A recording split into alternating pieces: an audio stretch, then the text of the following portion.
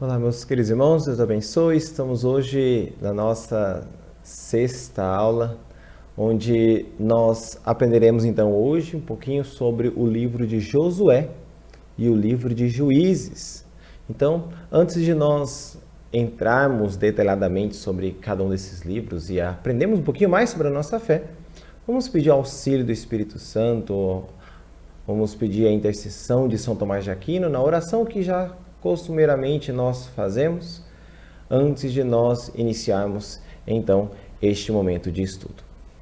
Em nome do Pai, e do Filho, e do Espírito Santo. Amém. Concedei-me, ó Deus, onipotente e misericordioso, ardentemente desejar, prudentemente descobrir, verazmente conhecer e perfeitamente realizar o que for do vosso sagrado, para louvor e glória do vosso nome. Ordenai meu estado de vida e dai-me saber, poder e querer o que me pedis que faça. E dai-me levá-lo a cabo como convém à salvação de minha alma. Que o meu caminho até vós seja reto e seguro, que eu não sucumba na prosperidade nem na adversidade, a fim de não me ensoberbecer na primeira nem desesperar na segunda. Que na fortuna eu vos renda graças e na dificuldade mantenha a paciência. Que eu de nada me alegre ou entristeça, senão do que me leve a vós ou afaste de vós. Que a ninguém deseje agradar, nem temo aborrecer, senão somente a vós. Dai-me tudo fazer com caridade, e o que não diz a respeito ao vosso culto, reputá-lo como morto. Dai-me praticar minhas ações não por costume, mas referindo-as a vós com devoção. Que por vós eu não dê valor às coisas transitórias, e me seja caro tudo o que vos diz respeito. Que me compraza mais do que tudo todo o trabalho que for para vós, e me aborreça todo o descanso que não seja em vós. Dai-me, docíssimo Senhor, dirigi-vos meu coração frequente e ferventemente, e de alma contrita emendar, com o firme propósito a minha fraqueza. Fazei-me, ó Deus, humilde sem fingimento, alegre sem dissipação, grave sem depressão, maduro sem severidade, vivaz sem leviandade, veraz sem duplicidade, temente sem desespero, confiante sem presunção, casto sem corrupção. Corrigir ao próximo sem indignação e edificá-lo pelo exemplo e palavra sem exageração. Obediente sem contradição, paciente sem murmuração. Dai-me, docíssimo Jesus, um coração desperto para que nenhuma vã curiosidade o afaste de ti. Imóvel para que não ceda a nenhum afeto indigno, infatigável para que não sucumba em nenhuma tribulação, livre para que dele não se apodere nenhum prazer violento e reto para que não o faça desviar-se nenhuma má intenção. Concedei-me, docíssimo Deus, inteligência para conhecer-vos, diligência para buscar-vos, sabedoria para encontrar-vos, bondade para agradar-vos, perseverança para esperar-vos doce e fielmente, confiança para alcançar-vos felizmente. Fazei-me pela penitência suportar vossas penas, utilizar vossos benefícios nesta vida pela graça e, por fim, na pátria eterna, desfrutar de vossos gozos pela glória. Vós que com o Pai e o Espírito Santo viveis e reinais pelos séculos dos séculos. Amém. São Tomás de Aquino, rogai por nós. Muito bem, meus queridos irmãos, através então dessa oração, intercessão de São Tomás de Aquino, vamos iniciar o nosso estudo, como vocês veem aí no slide, sobre o livro de Josué e de Juízes. Lembrando que aqui nós já estudamos sobre os 5 primeiros livros, né? Somente aqui para nós recapitularmos: livro do Gênesis, livro do Êxodo, livro do Levítico, Números e Deuteronômio. Agora então vamos entrar no livro de Josué e o livro de Juízes. Pois bem, o livro de Josué e de Juízes, ele já entra num outro bloco de, podemos dizer assim, coleção de livros do Antigo Testamento. Até então nós estávamos falando sobre a Torá, o Pentateuco, né, os livros da lei, os 5 primeiros livros da lei, que servem como base de toda a fé judaica. Agora nós vamos entrar numa outra categoria que são os chamados livros históricos. E tem esse nome por causa do objetivo, que é contar, ensinar uma verdade através de um fato, de uma história. Enquanto o autor vai contando aquela história, existem verdades que ele quer ensinar àquele povo. E existem, é lógico, várias formas de contarmos uma mesma história. Pois bem, quando nós pegamos esse bloco grande aí de livros históricos, nós podemos dividir ele basicamente em 4 partes, né?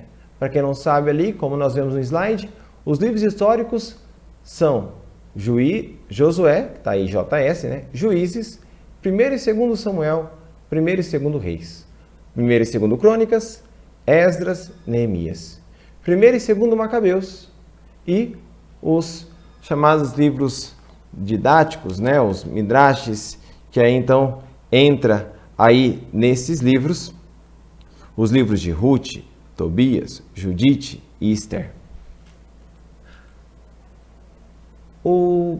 Nós podemos dividir esses livros, como nós vemos no slide aí, em 4 subdivisões. Primeiro nós temos aí o Deuteronomista, a historiografia deuteronomista, onde a forma de contar aquela história é através de uma ótica de um profetismo antigo, onde era através das promessas que foram ditas ali no Deuteronômio que o povo então receberá aquela bênção. Então há uma ligação muito profunda entre essas histórias que estão sendo ditas e o livro do Deuteronômio, né? Por isso então aí que dá esse nome de deuteronomista. Há também então aqui a figura do rei, né, com uma promessa de Deuteronômio 17, 15. Há também ali uma ligação muito forte com a terra. Não sei se vocês se lembram, na aula passada, quando nós falávamos do livro do Deuteronômio, e Moisés dizia que era através da fidelidade à aliança que o povo então receberia a bênção e a abundância daquela terra. A partir do momento que o povo fosse infiel a esta aliança, ele perderia a terra. Então, o livro, né, a historiografia deuteronomista, que são esses livros que nós vemos aí, ele tem como essa característica. Vai mostrar que todas as vezes que o povo foi infiel à lei de Deus, ele perdeu a terra, perdeu uma parte da terra e por aí vai. Toda vez que foi fiel à lei de Deus, reconquistou a terra. Então vai sempre girar em torno dessa tensão entre o povo que é fiel à aliança e assim então recebe a terra, é infiel à aliança, perde as guerras, perde a terra.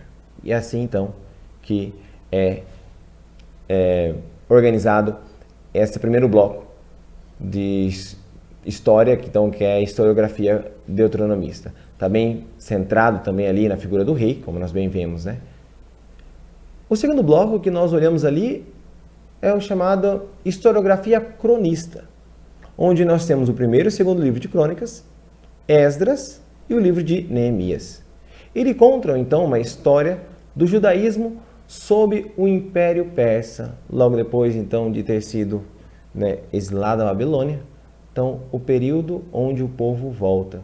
Aqui é interessante porque nós vamos ver os personagens principais aqui sendo os sacerdotes, que tiveram como missão reconstruir o templo. Na verdade, aqui o templo, nessas histórias que nós vamos ver aqui, ele assume um ponto-chave, né? Há uma grande, como eu posso dizer, uma grande atenção, tanto na construção do primeiro templo, quanto na reconstrução do templo, depois que foi destruído, quando o povo foi invadido pela Babilônia. O templo, então, assume um caráter central.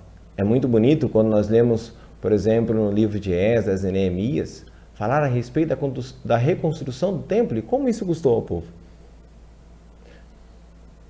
No terceiro ponto, então, que nós olhamos, são a historiografia de Macabeus, que assume um caráter um tanto à parte, porque nós temos ali o 1º e 2º livro de Macabeus, que vai contar a respeito de um fato bem específico, que era quando o povo estava sob o domínio do Império Grego.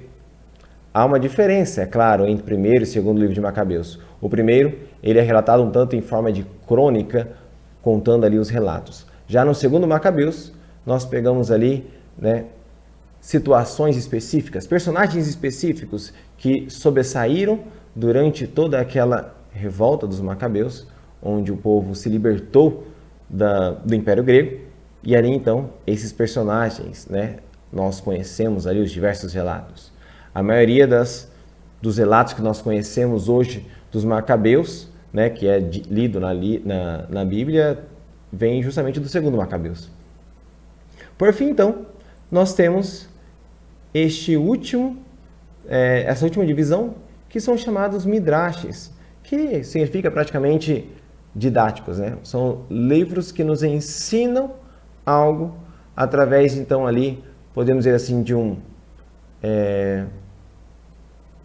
Eu não gosto de utilizar a palavra fábula, porque dá a ideia de que é uma história que não existiu, entendeu? Mas é como se fosse uma história onde nela, ali, há uma moral por detrás.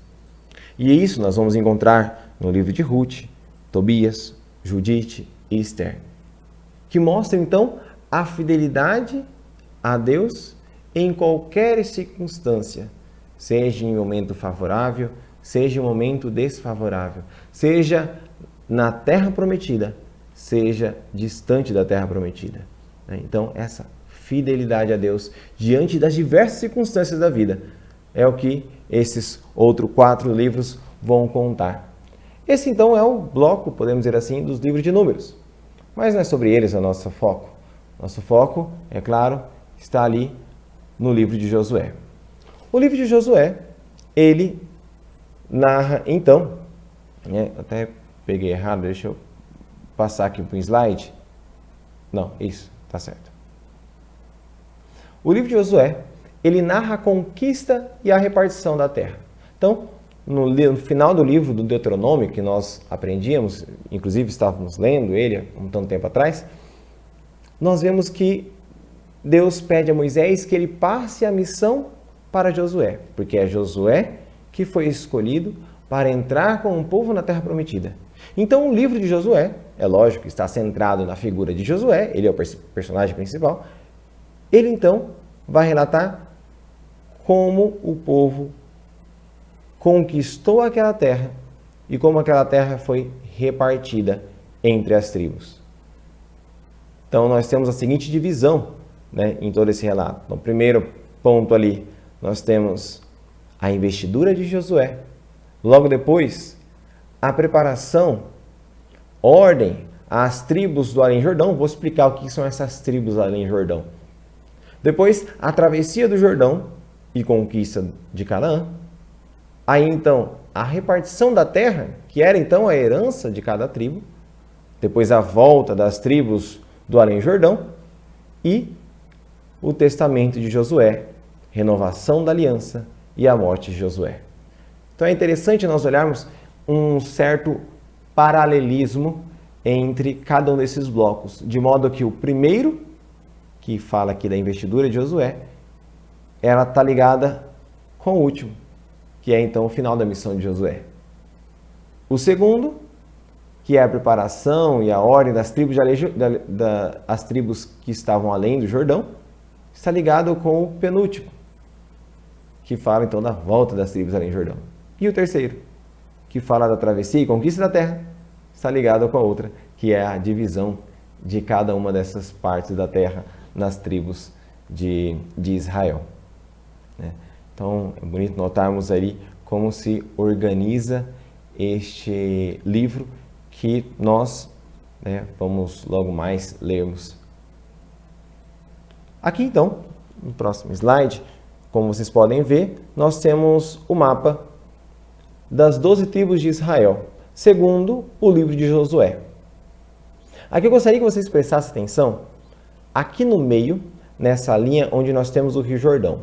Estão conseguindo enxergar aí, bem no meio, o Rio Jordão aí. Então nós temos embaixo um ponto maior de água, escrito ali Mar Morto. Lá em cima tem um pontinho menor de água ali, né? Que ali então é o lago o Mar da Galileia, certo? E aí então nós temos o risco bem no meio, que é o Rio Jordão. Então, peguem bem aqui essa figura, então presta atenção. O povo, quando foi entrar na terra do Egito, ele passou, tá vendo lá embaixo o deserto de Sim?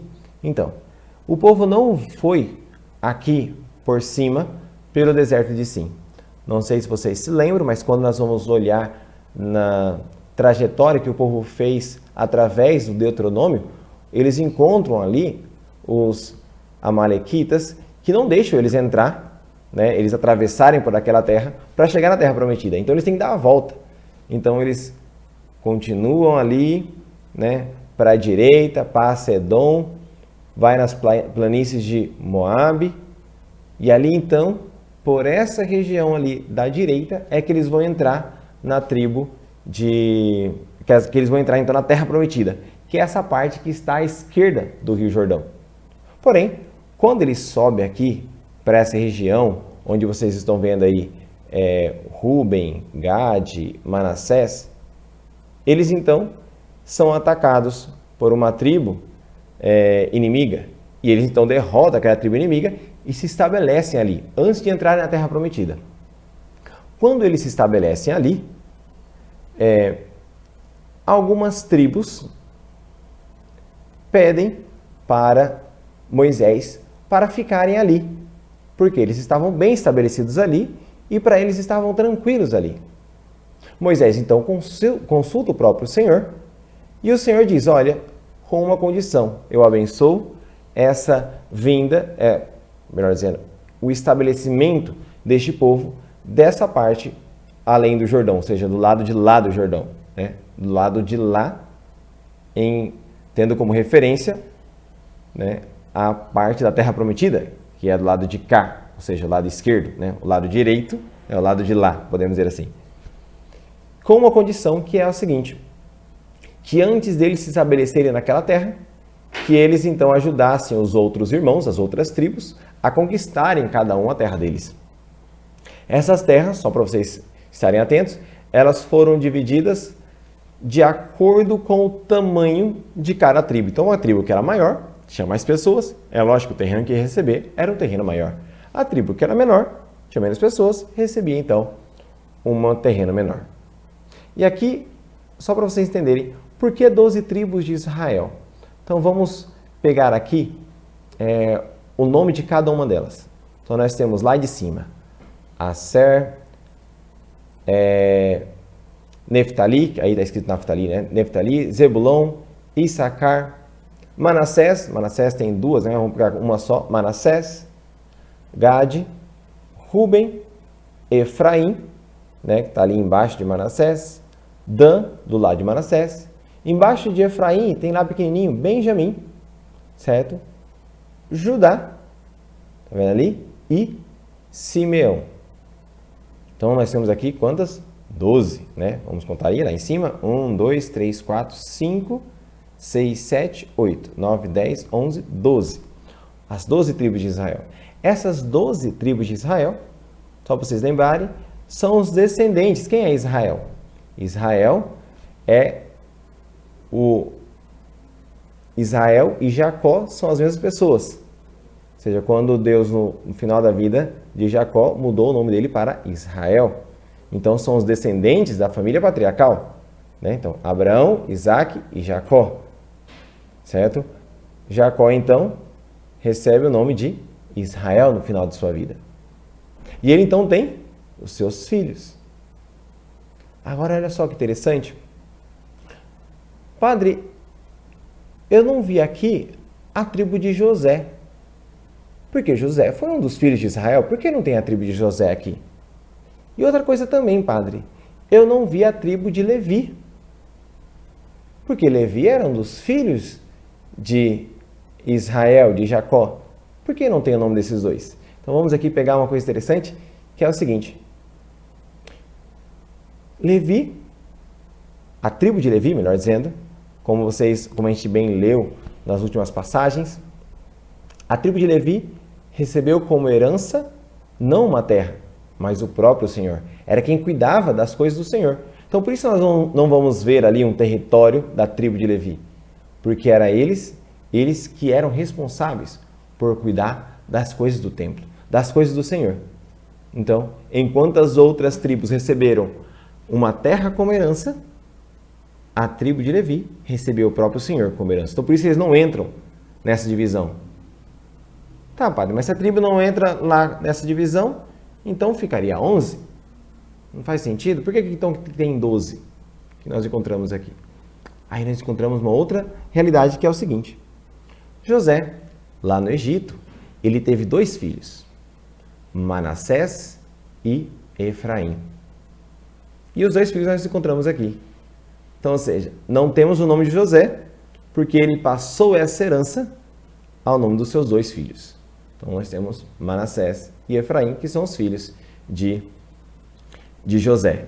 Então, aí nós temos praticamente toda a descendência de Israel aí nessas 12 tribos. Lembrando, então, que a tribo de Ruben, Gade e metade da tribo de Manassés, eles preferiram ficar do lado de cá, do lado direito do Rio Jordão, enquanto as outras tribos ficaram, então, com a parte que Deus havia separado para eles, que é, então, a tribo, né, as outras, podemos pegar aqui, 9 tribos e meia, né, outra metade tribo de Manassés e as outras 4, 5, 6, 7, 8, 9 tribos. Certo? Então, aqui uma breve história sobre a divisão das 12 tribos de Israel. Vou contar um pouquinho mais para frente para vocês, mas percebe ali, por exemplo, que os filisteus estão ali perto, os amalequitas, os moabitas estão ali, amonitas, arameus lá em cima, né? Lá embaixo tem os edomitas, né? a tribo de Edom. Percebe que ao mesmo tempo que eles conquistaram aquela terra, ainda tinha os povos vizinhos. E isso vai fazer bastante sentido no que eu vou explicar mais para frente. Pois bem, então, no próximo slide aqui, nós vemos o tema principal do livro de Josué é a posse da terra. A terra boa e vinculada à fidelidade. A terra que Deus separou para o povo é uma terra boa. Se o povo for fiel, ficará com a terra. Se for infiel, perderá a batalha e perderá a terra. Uma coisa interessante que nós vamos perceber no livro de Josué é que está bem presente o conceito de guerra santa. E aqui é bem interessante para nós entendermos, porque isso também faz sentido no livro de Juízes, que é o seguinte. Na época do povo de Deus, nessa época daí, melhor dizendo, o povo tinha a seguinte concepção. Cada tribo, cada nação tinha o seu Deus. E quando eles guerreavam entre si, era não somente uma batalha entre dois exércitos, mas era uma batalha entre 2 deuses. Então a batalha ela tinha um cunho religioso na concepção do povo naquela época, porque não era somente uma batalha entre a minha tribo e a sua tribo, mas era uma batalha entre o meu Deus e o seu Deus, para ver qual era o Deus mais poderoso, ou melhor dizendo, qual era o Deus verdadeiro. Nesse sentido, toda e qualquer batalha, ela atrai um grande senso também espiritual. Por isso, eles se preparavam espiritualmente, por isso, antes das batalhas, eles faziam jejuns, penitências e tantas outras coisas. Porque o que estava em jogo não era somente vencer ou perder, ou minha tribo vai conseguir aquele território ou não, mas o que estava em jogo era se o Deus de Israel era verdadeiro ou não. Se o Deus de Israel era realmente poderoso ou não. Percebe? Não era somente uma batalha que estava em jogo, mas era a fé deles que estava em jogo. O livro de Josué, ele vai gastar bastante tempo falando a respeito das fronteiras e das cidades, né, de cada uma das cidades, um tanto maçante, toda aquela descrição das terras e das cidades, dos lugares que tem lá da Terra Santa. O objetivo de tudo isso é fazer com que o povo nunca se esqueça da grande riqueza que eles receberam como herança, que é essa terra prometida. Uma das coisas interessantes que nós também aprendemos nesse livro de Josué é que aquela terra era um lugar de fraternidade e de paz. Ou seja, Deus chamava então aquele povo para que, fiel às suas leis e aos seus mandamentos, pudessem enxergar ali um ao outro como irmãos e assim então promover, através das leis de Deus, a paz naquele lugar. Nós podemos entender isso como que Deus ensinando aos poucos a humanidade que isto que se deve viver ali, né, naquela terra prometida, era o que Deus pediria a todo homem que vivesse no mundo, fiéis às leis de Deus, procurassem enxergar um ao outro como irmãos, procurando viver a paz do Senhor. Então, é bonito nós notarmos essas realidades no livro de Josué. Vamos agora para o nosso outro livro, que é o livro dos Juízes. Quem eram os juízes, primeiramente, para nós entendermos? Vejam, no livro de Josué, nós falamos aqui a respeito da divisão das terras, tudo bem? Então, como o povo entrou naquela terra, como o povo conquistou aquela terra e como ficou dividido. Naquela época, entendam bem, não havia um governo único. Cada uma daquelas tribos era independentes uma das outras. Cada uma tinha uma forma de se organizar, cada um daqueles territórios tinha uma forma de se organizar. Tinham, podemos dizer assim, não digo leis religiosas, né? Mas tinham costumes diferentes uns dos outros. Porém, no que tocava às leis de Deus, no que tocava à irmandade entre uns e outros, eles todos tinham o mesmo sentimento comum. Então eram tribos independentes uma das outras. Elas só se uniam quando uma delas era atacada. Se uma fosse invadida, todas as outras se uniam para ir defender aquela lá. Caso contrário, cada um tinha a sua própria organização. E quem eram os juízes nisso tudo, padre? Aquela tribo, ela tinha os seus chefes. Cada uma daquelas tribos, né, tinha os seus chefes. Então, eram praticamente 12 chefes, né? Podemos imaginar aqui. Às vezes tinham chefes que eram de alguma região menor daquelas tribos. Os chefes, então, os juízes, então, eram chefes carismáticos, escolhidos por Deus para uma situação específica que o povo vivia. Então, vamos prestar bastante atenção, né, no seguinte esquema. O livro do Juízes, ele vai narrar a seguinte situação. O povo esquece a lei de Deus. Então, presta atenção. O povo esquece a lei de Deus. Quando esquece a lei de Deus, o povo perde a terra, ou a tribo perde a terra. Quando a tribo perde a terra, aí o povo suplica a Deus que tenha piedade. Reconhece as misericórdias, reconhece as misérias, suplica a Deus que tenha piedade. A partir desse momento, o Senhor envia um juiz, ou seja, envia um chefe para liderar a libertação daquele povo. Aquele chefe, então, fazendo o povo recordar as alianças, reconquista de novo aquela terra. O povo esquece de novo das alianças, perde a terra. Suplica a Deus, pede perdão, Deus envia o chefe. Através do chefe e através, então, da união das outras tribos, eles reconquistam aquela terra. Então é sempre esse ciclo que vai girar em torno do livro de Juízes. E ele é dividido da seguinte forma. Olha só. Nós temos, no primeiro bloco, a introdução, onde nós falamos da conquista parcial de Canaã, como nós vemos no mapa passado, né? Não foi toda aquela região que foi conquistada. Por exemplo, os filisteus continuaram lá, os outros amonitas e por aí vai. E depois nós temos a consideração teológica do tempo dos juízes. Então, uma explicação que vai como que dar o contexto sobre tudo aquilo ali que vai suceder nos próximos capítulos. E aí então nós temos, no segundo bloco, uma série de relatos de vários juízes. E aqui nós temos os juízes maiores e os juízes menores. E esses maiores e menores dependem muito do quanto é relatado deles e da importância que eles tiveram ali nos eventos que foram gerados. Então nós temos Otoniel, Aode, Samgar, Baraque, a profetisa Débora, Gedeão, Abimeleque, contra Joatão, né? Tola e Jair, Jefté, Abissã, Elon, Abdom e Sansão. Os juízes, então, que são relatados. Juízes maiores, esses que estão com maisinho aí. Juízes menores, esses que estão com menos aí no nome que nós acabamos de enxergar.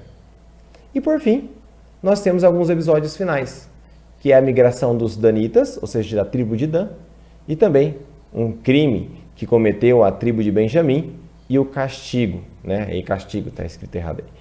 o castigo que a tribo de Benjamim sofreu, né, por conta dessa infidelidade que eles cometeram.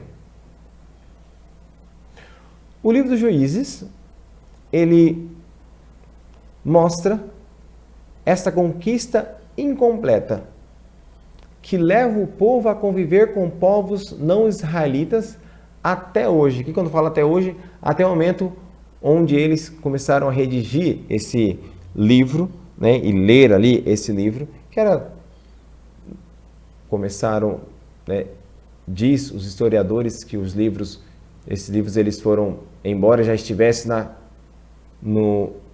memória do povo viva, cada um desses acontecimentos, porém, dizem que foram escritos ali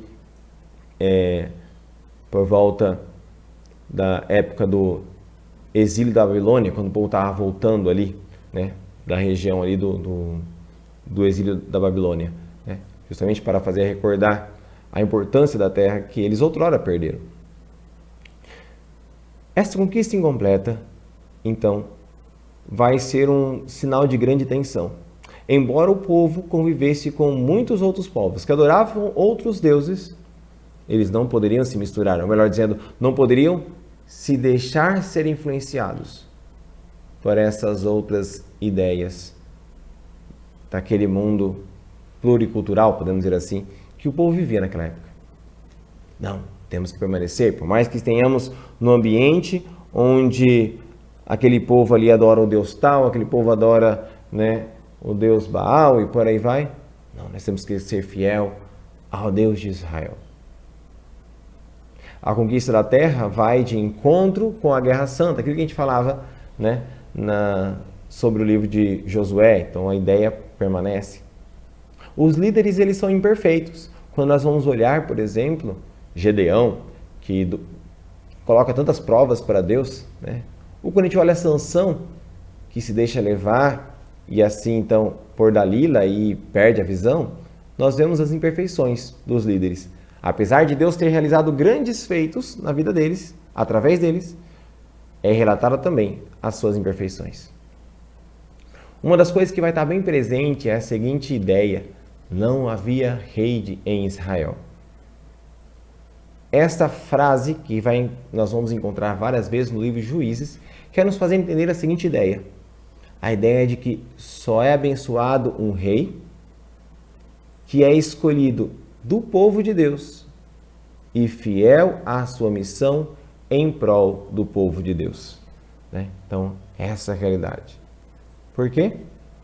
Porque na mesma época, né, vamos pegar aqui, voltando do exílio da Babilônia, né, na época ali dos persas, havia uma grande tentação de enxergar em Ciro um grande rei, né, em comparação com o rei Davi e por aí vai.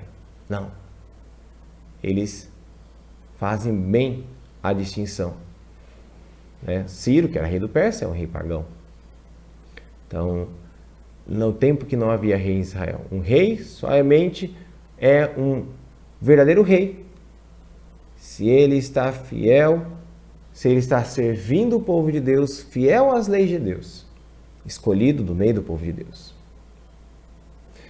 Pois bem, era essa então a nossa aula de hoje. E com esse aprendizado nós vamos então ter uma bagagem um pouquinho melhor. E quando formos ler esses livros de Josué e de Juízes, nós já teremos uma ideia mais profunda sobre como Deus pode nos ensinar a respeito do caminho do céu através de cada um desses acontecimentos. Vamos pedir o auxílio do Espírito Santo para assim então podemos nos preparar cada vez melhor para aprofundar nesses ensinamentos de Deus. Vinde, Espírito Santo, enchei os corações dos vossos fiéis e acendei neles o fogo do vosso amor. Enviai o vosso Espírito e tudo será criado e renovareis a face da terra. Oremos, ó Deus, que instruíste os corações dos vossos fiéis com a luz do Espírito Santo. Fazei que apreciemos certamente todas as coisas segundo o mesmo Espírito e gozemos sempre da sua consolação. Por Cristo, Senhor nosso. Amém. O Senhor esteja convosco. Ele está no meio de nós. Abençoe-vos o Deus Todo-Poderoso, Pai, Filho e Espírito Santo. Amém. Deus abençoe a todos. Até a próxima.